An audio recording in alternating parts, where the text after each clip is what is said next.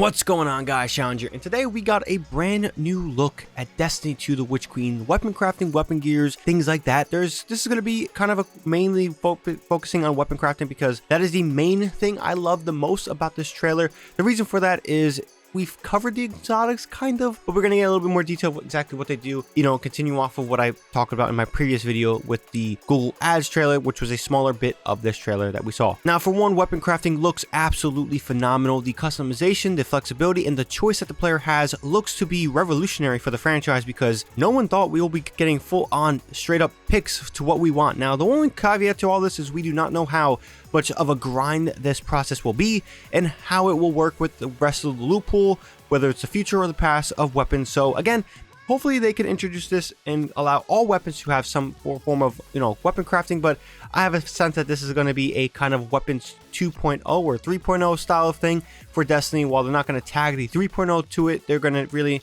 hone in on weapon crafting being a new way of earning weapons in the game. This is also tied and announced and narratively mentioned to be on Mars, so it seems like Mars is returning in some capacity, hopefully in a larger location in a different place of Mars. Again, I want to maybe see the return of the Destiny 1 location of Mars. I forget exactly what that was called, but yes, that was a fun place to explore, and hopefully the relic that Savathun seemingly is talking about is on this location. Then we also got to look at 3 new exotic weapons that will be coming. I'm sure there could be more. So we got the Grand Overture, which is a slug launcher that charges full auto missiles.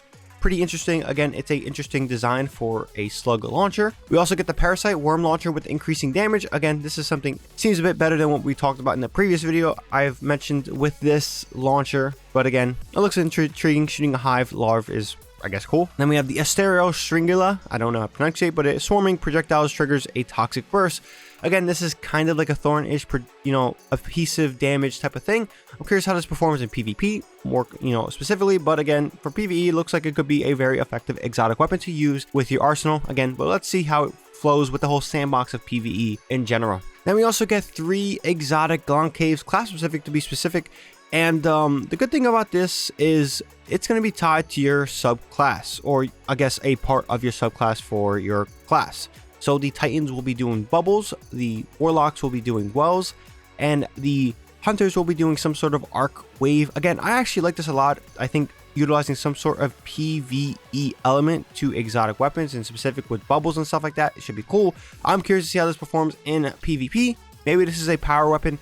I would hope so. I think it's a fine balance of it because, I mean, shooting bubbles could be pretty important, especially if these bubbles come with weapons of light and things like that. Last but not least, we get 3 looks at exotic gear we'll be getting. So the Titans are going to be getting a Harfrost Z chest. Stasis wall replaces barricade. This was shown in PvP, which is, I guess, kind of concerning because stasis and PvP don't get along. But again, I don't know how effective it will be.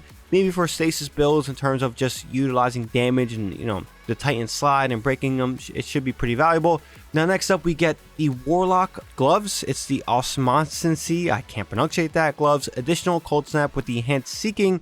That should be concerning for those who don't like stasis, and it should be great news for those who love stasis. That's all I can say on that. And the Hunters are getting Blight Ranger helmet. Reflected projectiles deal increased damage. So, Arc Staff Hunters in PvP could get even more annoying, and I'm curious to see if this can benefit and be utilized even more in PvE scenarios. Maybe bosses do projectile damage and throw projectiles, so you can just reflect it back at them. Be interesting to see if that's possible and seeing where that can be utilized if can be possible. But with that being said, that's all I got to say on this trailer / breakdown. Again, a lot of the stuff we saw was great, but the main takeaway is weapon crafting is giving players a lot of options, full-on customization for what it looks like, and I cannot wait to get my hands on that system.